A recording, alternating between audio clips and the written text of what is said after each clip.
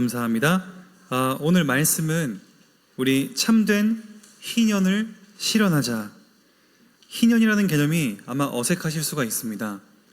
그런데 우리 희년은 레위기에 자세하게 기록되고 지키도록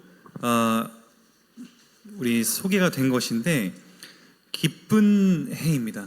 근데 모두에게 기쁘지는 않았습니다. 그런 의미 안에서 저희 먼저 서론적으로 저희는 이러한 신앙생활을 하다 보면 이러한 질문들을 하실 수가 있습니다. 하나님이 내 기대와 다르게 일한다고 느낀 적이 있으십니까?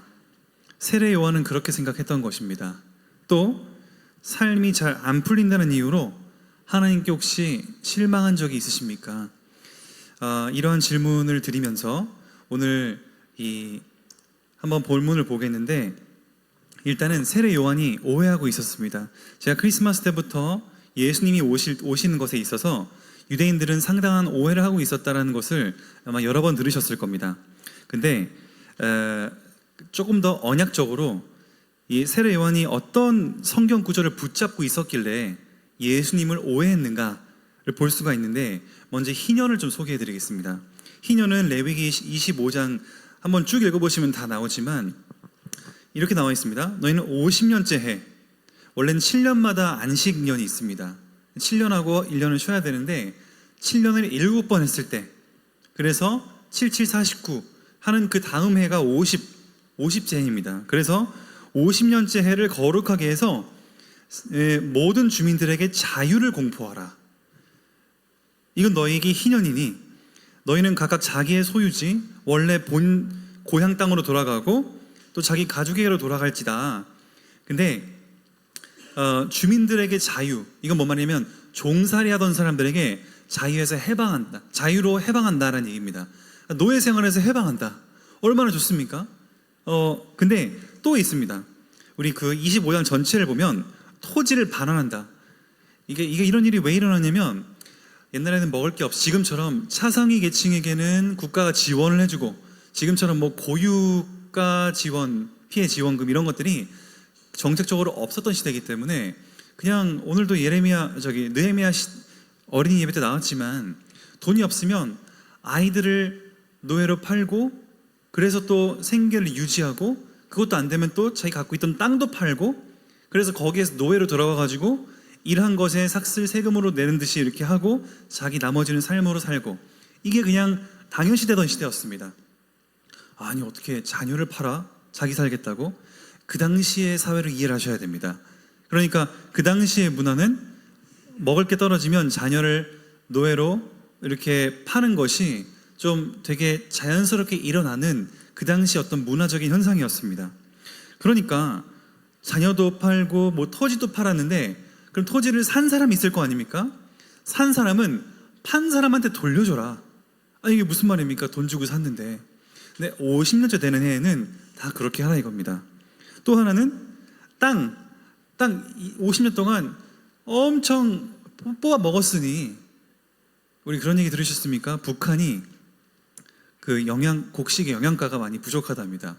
왜냐하면은 땅이 척박하고, 이게 땅이 아주 비옥한 땅이면은 뭐가 나도 막 엄청나게 영양가 있게 풍성하게 나는데, 비옥하지 않은 땅, 척박한 땅이면 곡식을 심어도 영양가도 없고 되게 비실비실하게 난다. 그런 얘기를 제가 들은 적이 있어서, 이거는 과학적으로도 영양분을 보충하기 위해 쉼이 더 필요하다라는 얘기를 제가 들었습니다. 그런 것처럼 50년대 될 때는 땅도 쉬게 하면서 땅이 회복할 수 있는, 토력이라고 그러는데 토력을 회복할 수 있는 그런 시간을 주는 것입니다. 모두에게. 그러나 모두에게 기쁜 날은 아니었던 것이, 누가 싫어했겠습니까? 기득권층이죠. 노예를 소지하고 있던 기득권층, 토지를 샀던 기득권층이 돌려줘야 된다? 그럼 생각해 보십시오. 기득권층 입장에서는 소 키우고 땅을 갈고 온갖 일을 하던 노예를 다 보내면 그럼 누가 일합니까? 소는 누가 키우고 밭은 누가 갈고 본인이 해야 됩니다. 토지 다 주면은 누가 그러면 이걸 다 유지하냐 말이죠. 그러니까 실제적으로는 이 희년이 실행이 안 됐던 것입니다. 어쩔 수 없이 하나님 말씀인데 잘 안 지켜졌던 참 어려운 율법이었던 것입니다. 근데 중요한 것은 이 희년의 의미가 뭔가가 중요하겠죠. 율법에 이게 왜 기록되어 있었겠는가? 하나님은 이때만큼은 50년 됐을 때 평등을, 진짜 평등의 그 사상인 것이지요. 모든 노예들은 해방하고, 노예는 그냥 계속 대물림돼서 노예가 아니라 새롭게 시작할 수 있는 기회를 주시고, 억압으로부터 해방되는 새로운 시작의 그 축복을 하나님은 50년마다 초기화해 주시는 겁니다. 모두가 새로 시작할 수 있는 공평한 그런 하나님의 나름대로의 이 평등한 그 사상을 가르쳐 주신 것인데, 더 근본적으로는 세 가지가 나오는데, 노예 해방, 토지 반환, 땅의 안식이지 않습니까? 이게 나라의 3요소입니다. 잠만 보십시오. 노예, 사람입니다. 그리고 토지 반환은 토지의 주권이 누구한테 있냐 아닙니까? 주권을 원래 어쩔 수 없이 판 사람한테 주권을 돌려줘라, 명의를 변경해라, 주권입니다. 통치의 주권. 그리고 땅의 안식, 땅, 국민, 주권, 땅, 이게 나라의 3요소인데 그게 지금 하나님 것이다라는 것을 나타내는 게 희년인 것입니다. 결국에.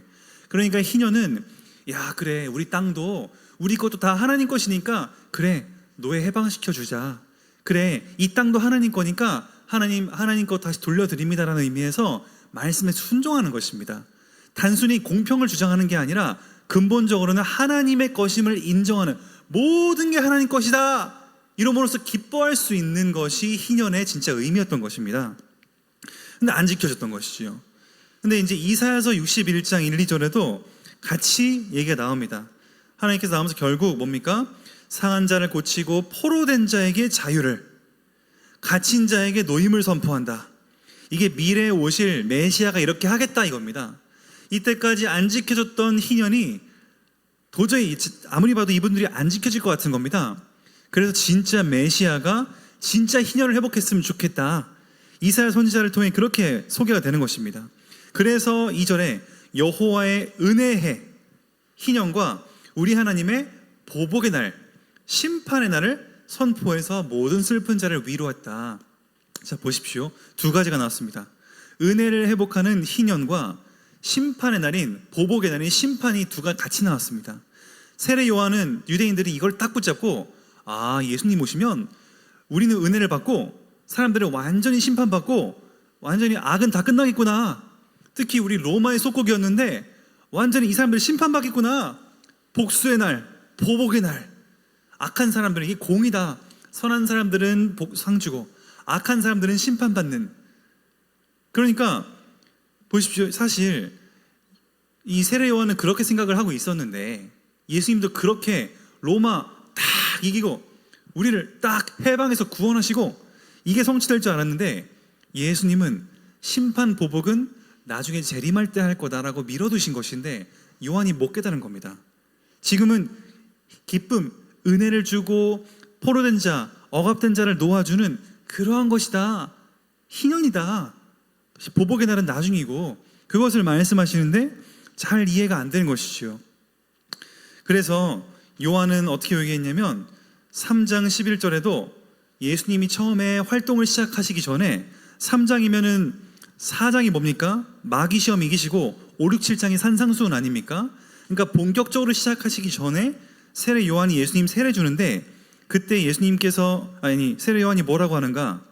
손에 키를 들고 자기 타작마당을 정하게 하사 알곡은 곳간에 모으고 쭉정이는 꺼지지 않는 불에 태울 것이다. 키가 중요하니까 제가 친절히 사진을 넣어놨습니다. 우리 81세 키질의 다니 할머니가 키로 착착 곡식을 이렇게 막 탁탁 털고 있는데 바람에 날려서 이 가벼운 쭉정이는 날아가고 알곡만 남는 게 키질입니다. 그러니까 예수님이 한마디로 우리 같은 알곡, 구원받은 사람들은 알곡 남고 이 악한 사람들은 쭉정이 날리듯이 심판할 것을 생각하면서 세례 요한은 선포하고 다닌 겁니다. 여러분, 예수님이 이렇게 키질 타작마당으로 여러분 이렇게 알곡과 쭉정이 분리할 겁니다. 회개하십시오. 천국이 가까이 왔습니다. 이 얘기를 하고 있던 겁니다. 그리고 예수님이 세례 줬습니다. 그러니까 예수님이 이렇게 할 줄을 세례 요한은 알았던 것이지요. 그러고 나서 이 요한은 감옥에 갇히게 됩니다. 바로 다음 4장에. 또 진리를 선포하다 보니까 감옥 갇히는데 그 이유는 우리 헤롯, 예수님 죽이고자 했던 헤롯 왕이 죽고 아들들이 그 다음 왕들이 됐는데, 그 중에 둘째 왕인 아킬레오 왕이 자기 동생 빌립의 아내, 동생의 아내랑 불륜이 일어납니다. 그래가지고 요한이 이거를 가만히 있지 않고 그거는 잘못된 것이지요 라고 딱 죄를 얘기하니까 감옥에 갇히게 됩니다. 그러고 나서 우리 헤롯 아킬라오의 딸이 생일 파티를 하는데, 그때 나라 절반이라도 주겠다, 어떤 소원을 들어줄까 하는데 요한 목 주세요 이래가지고 요한이 목을 잘려서 죽게 됩니다. 이게 다 지금 14장 1절 12절에 나와 있습니다, 마태복음에. 그러니까 근데 중요한 것은 지금 상황은 11장은 오늘 본문은 그 전이죠. 죽기 전에 감옥에 있을 때인데, 감옥에 있으면서 생각해 보십시오. 예수님 내가 축복했을 때, 그리고 사람들한테 막 선포하고 될 때에는, 아니 예수님은 로마로부터 우리 해방시키고 우리를 포로에서 자유되게 할 줄 알았는데 왜 예수님 그렇게 안 하시지? 왜 예수님은 특히 이 마태도 못마땅했을 겁니다. 마태는 세리 아니었습니까? 세금 걷는 자. 로마라는 배경을 가지고 유대인들 세금 걷어가지고 영위를 하는 그러한 유대인들 입장에서는 아주 전문 용어로 꼴배기인 사람이었습니다. 그러니까 얼마나 싫었겠습니까? 우리 세금을 약탈하는, 물론 로마의 법에 있지만서도 이게 아주 코에는 코걸이 귀에는 귀걸이처럼 그냥 그때 세금이 달라지는 겁니다. 그 당시에는 눈걸이는 없고. 그래서 그런 것 속에 세리, 근데 이런 사람들은 벌받아 마땅한데, 아니 예수님의 제자가 돼버린 겁니다. 그것도 성경을 막 기록하는 최측근의 제자가 된 것입니다. 그러니까 요한은 이제 이해가 안 되는 것이죠. 이거 축정이 같은 세리 마태가 왜 예수님 옆에 붙어 있지? 이거 뭐가 잘못됐다. 내가 알고 있는 이사야의 말씀이랑 좀 다른데, 감옥에 있으면서 그러한 소식을 듣고 있었을 거 아닙니까? 그러니까 제자를 보냅니다. 오늘 본문의 11장 2절에 나오지 않습니까? 요한이 감옥에 있으니까 제자를 보내면서 이렇게 예수님께 물어봅니다. 예수님, 당신이 오실 그이가 당신 맞습니까? 아니면 다른 사람을 기다려야 되는 겁니까? 아무리 봐도 이사야 말씀 묵상하고 희년을 회복하실 줄 알았는데 좀 제 예상과는 다른데요? 이 질문이죠. 거기에 예수님은 이렇게 대답하십니다. 4, 5절에 너희는 가서 듣고 보는 것을 알리는데, 맹인이 보고 못 걷는 사람이 걷고 나병 환자가 깨끗함을 받고 못 듣는 자가 듣고 죽은 자가 살아나고 가난한 자에게 복음이 전파된다 하라. 자, 이거는 무슨 대답입니까? 지금 우리 희년 그 61장 나오지만은 거기에 딱 뭐라고 나와 있습니까? 지금 포로된 자에게 자유를, 상한 자를 고치고, 예수님은 지금 이걸 하고 있다. 너가 오해하고 있는데 나 이사야 말씀 실현하고 있다. 예수님은 말씀하고 있으신 겁니다. 예수님은 포로된 자들을 해방시켜주고 또 억압받은 자를, 병든 자를 치유하고 있다. 근데 너가 이해하고 있는 개념과는 조금 다르다. 실제 악한 사람들을 심판하는 개념은 나중인데 지금은 은혜를 선포하는 때다. 예수님은 이 말씀을 하시는 것이죠. 그래서 우리 예수님께서는 이렇게 얘기하십니다. 지금은 이렇게 가난한 자, 못 듣는 자, 죽은 자가 살아나는 그러한 복음이 전파되는 복음 전파의 시대, 은혜의 전파의 시대이기 때문에 6절에 누구든지 나로, 예수인 나로 말미암아서 잘못 믿어가지고 실족해 넘어지면 안타까운 일이고, 그렇지 아니하는 자는 복이 있다. 이렇게 얘기하는 겁니다. 한마디로 이건 무슨 말입니까? 예수 나를 잘 믿어야 된다. 이런 말씀을 하시는 거죠. 나는 지금 희년을 실현하고 있으니 너는 오해하지 말아라. 지금 나는 다 뒤집으려고 온 것이 아니라 지금은 복음을 선포하고 아직 구원받을 사람들이 많고, 아니 지금 다 심판해버리면 구원받을 사람이 없다는 거 아닙니까? 더 이상. 근데 아직 구원받을 사람이 많고, 구원받을 사람이 다 구원받으면 예수님이 재림하셔가지고 그때 심판할 거다. 그러니까 지금은 복음을 전파할 때고 은혜의 때다, 심판의 때가 아니다. 이렇게 말씀하고 있으신 겁니다. 자, 보십시오. 우리 예수를 믿으면 원수가 사라집니까? 아니지요. 우리가 희년을 제대로 이해하겠습니다.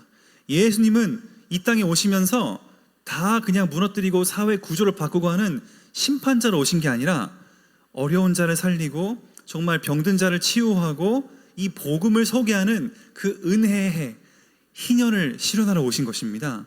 그러니까 하나님께서는 우리가 지금도 우리가 예수님 믿는다는 것은 무엇인가? 아, 예수 믿는데 왜 내 삶은 안 나아지지? 예수 믿는데 왜 나 아직 괴롭히는 사람들은 아직도 떵떵거리며 살고 있지? 오히려 그런 악한 사람들이 돈은 더 잘 벌고 왜 이럴까? 라고 하는 것이 아니라 예수님은 어떤 것을 말씀하시는 것인가? 결국 우리 세 번째로 소개해드렸지만 참된 실현은 무엇인가? 노예 해방, 토지 반환, 땅의 안식처럼 나라의 3요소인 국민 주권 땅이 바로 다 하나님 것임을 인정하도록 우리는 복음을 선포하는 것인 것입니다. 그래서 이 모든 것이 하나님의 소유다라는 것을 인정하고 나의 삶을 통해 드러내는 것, 그것이 지금 저희가 누릴 바로 전도의 축복, 또 복음을 선포하는 축복, 은혜의 축복인 것입니다. 이건 어떻게 실현할 수 있겠습니까? 두 가지입니다. 첫 번째로는 개인이 구원을 받아야겠습니다. 우리는 정치에 참여해가지고 정치의 구조 개혁을 하는 것이 목표가 아니라 하나님은 베드로를 통해 이렇게 말씀하십니다. 믿음의 결론은 바로 영혼을 구원하는 것이다. 우리가 구원받지 못하는데 아무리 사회를 바꿔봤자 뭐가 달라지겠습니까? 하나님은 한 명 한 명의 영혼을 소중히 생각하시는 줄을 믿습니다. 그래서 잃어버린 양 한 마리 나갔을 때 그 하나를 찾기 위해서 하나님은 최고의 가치를 부여하셨습니다. 우리는 우리의 소중한 가족이 있고 우리의 사랑하는 친구들이 있고 우리의 직장 현장이 있는데 하나님은 먼저 그 한 명 한 명의 영혼을 안타깝게 불쌍히 여기시는 줄을 믿습니다. 우리를 구원하신 것처럼 하나님은 그들을 향한 분명한 계획을 가지고 계시는 줄을 믿습니다. 또 하나는 모든 영역에 바른 질서가 회복되는 것, 이것이 참되게 하나님 것인 것을 나타내는 방식입니다. 부살간 도어탐은 10계명 5에서 10계명을 제가 적어놓은 것입니다. 부모를 공경하라. 지금 부모를 공경하지 않는 이 시대에, 또 반대로 부모가 자녀를 소중히 하지 않는 이 시대에 우리는 그러한 것을 모델로 보여줌으로써 우리의 생명은 하나님께 있기 때문에 부모를 공경해야 된다. 그리고 가정도 하나님이 주신 것이다 라는 걸 나타내야겠지요. 살인하지 말라. 단순히 살인하는 1차적 행위만이 아니라 사람들을 죽이는 행위, 무너뜨리는 행위 자체를 우리는 안 함으로써 사회의 바른 질서를, 선을 회복하는 것이고, 도둑질하지 말라. 이것도 마찬가지로 불법의 이익, 또 안 좋은 일들을 통해서 우리가 부당한 이익을 얻는 것, 그런 것들도 우리가 피해하고 바른 질서, 바른 것들을 회복해야겠습니다. 간음하지 말라 빼먹었네. 간음하지 말라. 바른 우리 관계, 가정 관계, 연인 관계, 그리고 도둑질하지 말라. 거짓말하지 말라. 많은 거짓이 난무하는 시대에 지금처럼 보이스피싱과, 물론 군포 제가 시 경찰청에 문자가 받았는데 50%가 줄었답니다. 피해액이. 그리고 범죄율도 보이스피싱 당하는 게 50% 줄었고, 뭐 어찌됐건 이게 해결되면 또 다른 게 일어나겠지요. 이게 사회의 무너진 질서입니다. 그런데 우리가 먼저 모델이 돼야 된다. 또 이웃의 것, 아내를 탐하지 말라. 우리의 삶으로 만족할 수 있는 행복, 은혜, 그것이 바로 우리가 모든 영역 속에 바른 질서를 회복하는 것이겠습니다. 하나님은 우리의 삶을 봅니다. 우리의 삶을, 일반 사람들은 우리의 삶을 보지, 야, 너 정말 믿음이 좋구나, 그렇게 보시는 것은 철저하게 삶의 영역이지, 우리가 어떻게 예배드리고 어떤 성경 구절을 붙잡고 어떻게 기도의 내용이 어떻고, 불신자분들은 그 관심 없습니다. 내가 사는 삶을 통해서 나의 말, 나의 생각, 나의 어떤 이 모든 삶의 행태를 통해 사람들은 예수 믿는 모습은 저렇구나, 나도 그럼 저렇게 믿고 싶다, 그게 이제 하나님의 영역을 인정하게 만드는 것이죠. 제가 자주 말씀드리는 우리 네덜란드의 수상이었던 아브라함 카이퍼가 바로 이것을 얘기하고자 했던 것입니다. 믿음으로만 끝나는 게 아니고, 말만으로 끝나는 게 아니라, 또 교회 안에서만 끼리끼리 뭉치는 게 아니라, 이게 사회로 은혜가 나가야 된다. 내 믿음이 사회에게 흘러나가야 된다. 예수님은 너희는 세상의 빛이다, 교회만 있어라 이러시지 않고 세상의 빛이다.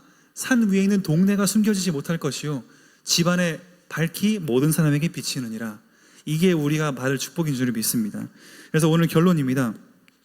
우리의 모든 것은 바로 하나님 나라의 소유입니다. 심지어 내 인생도 하나님의 것이고 내 자녀도 하나님이 청지기로서 우리에게 맡기도록 주신 것이고, 내 직장, 내 돈, 내 집, 모든 것은 하나님이 허락해서 주신 것입니다. 지금은 그것을 전하면서 그 사실, 하나님의 것이라는 사실을 전하며 영혼을 구원하고 생명을 살리는 은혜의 때지 심판의 때가 아닌 것입니다. 우리 심판의 때를 잘못 이해해서 신천지나 우리 이단들은 막 타작마당 이거 얘기하면서 막 뺨 때리고 막 너 죄를 뽑아내라 이래가지고 막 뺨 때리고 막 난리인 여자 목사가 있지 않습니까? 또 유명하게 나는 신이다에 나왔던 이제 그런 때가 아니라는 것이지요. 우리는 살리고 은혜를 주는 때지 우리가 막 사람 때려가면서 막 죄를 뽑아내고 심판하는 이상한 잘못된 그런 이 오해가 아닌 것입니다. 그래서 참된 희년을 실현한다는 것은 바로 국민, 주권, 땅 이 모두 하나님의 것임을 드러내는 것입니다.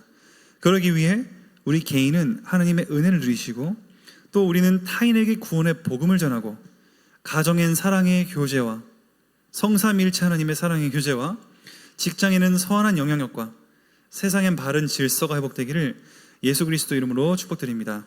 하나님 감사합니다. 오늘 말씀을 통해 우리가 참된 희년을 실현하기를 원합니다. 참된 희년을 실현한다는 것은 바로 우리 국민, 영토, 주권 모든 것이 다 하나님의 것임을 인정하고 드러내는 것인 줄 믿습니다. 우리의 삶을 통해 하나님의 영광이 나타나고, 우리의 삶을 통해 많은 사람들이 위로받고 조금 더 선한 삶과 바른 질서가 회복되는 우리 세계가 되도록 축복해 주시옵소서. 예수 그리스도 이름으로 기도드립니다. 아멘.